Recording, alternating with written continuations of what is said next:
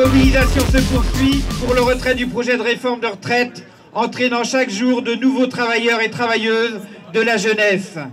De nombreuses initiatives se tiennent sur tout le territoire. Grèves, manifestations, rassemblements, piquets de grève, etc. Rassemblant à nouveau plusieurs centaines de milliers de personnes.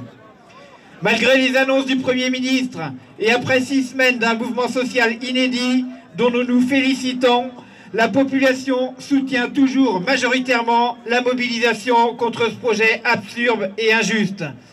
60% de soutien au baromètre Harris Interactive du 14 janvier dernier.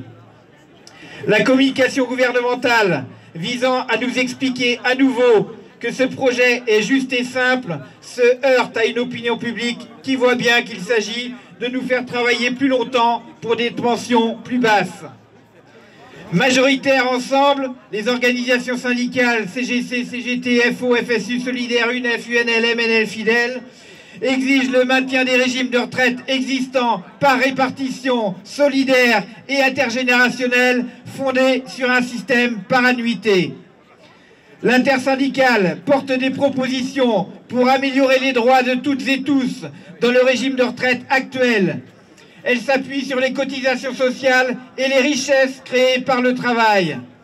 Il faut augmenter les salaires dans le privé et les rémunérations dans le public. Mettre en œuvre immédiatement l'égalité salariale et professionnelle entre les femmes et les hommes.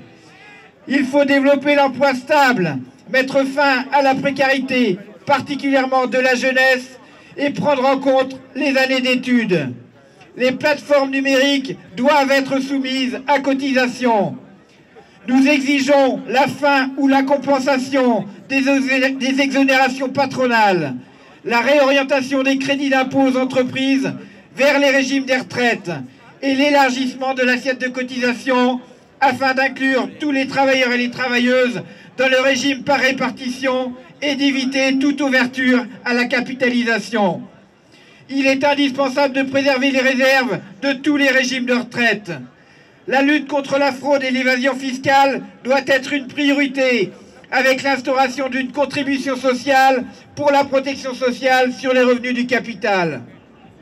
C'est pourquoi nos organisations syndicales appellent à réunir des assemblées générales pour continuer et amplifier la mobilisation afin d'obtenir le retrait de ce projet et l'ouverture de véritables négociations sur la base de nos propositions.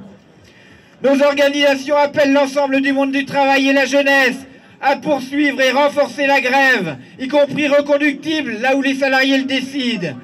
Elles appellent à des actions de grève, de convergence interprofessionnelle sur tout le territoire les 22 et 23 janvier prochains. Elles proposent d'organiser dans toutes les villes des retraites au flambeau ou autres initiatives le jeudi 23 au soir.